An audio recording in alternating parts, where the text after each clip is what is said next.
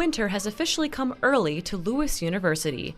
The production Rose and the Rime has finally made its way to the stage of the Philip Lynch Theater. Who are you, little girl? Director Joe Slowick brings the fairy tale alive with her creative approach, inspired by director Julie Taymor. The plot of the story has to do with this town called Radio Falls. It's a mythological town in Michigan that has been put under a spell of eternal winter by this Rime witch who has stolen the magic coin from their town. Any audience member will see early on that this is not your average fairy tale. It involves a great deal of mask work and a bit of imagination. I think fairy tales are all about community and sharing that with community. So this is kind of taking theater to that nth degree. Student Mike Fryer and vocal director Becky Hicks even developed melodies for the show. Since the lyrics were already written, you kind of have to write the music and have them fit together, and it's really hard to get something that you're happy with in such short amount of time. Although the show runs only 1 hour, hard work and dedication will not be found lightly in this production.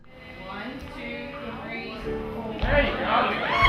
If you practice at your sport for 3 hours a day, we practice at our sport for 3 hours a day. The cast of 13 has been working hard to portray each movement and character while having a little bit of fun. Along with acting, props play an important role in drawing the audience into the cold and snowy world of Radio Falls. Actress and props manager Melanie Gillies has worked countless hours on a particularly difficult prop she designed.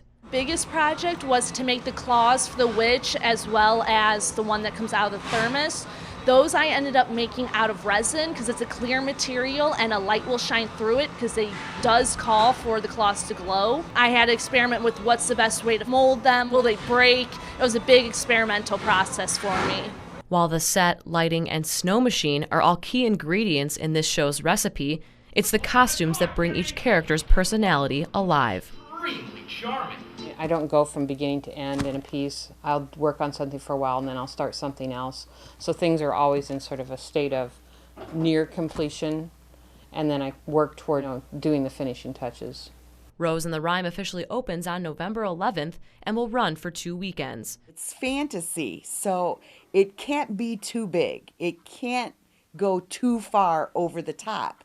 So go big, go home, and then hopefully they'll get it. I'm Courtney Everett, the Lewis Dispatch.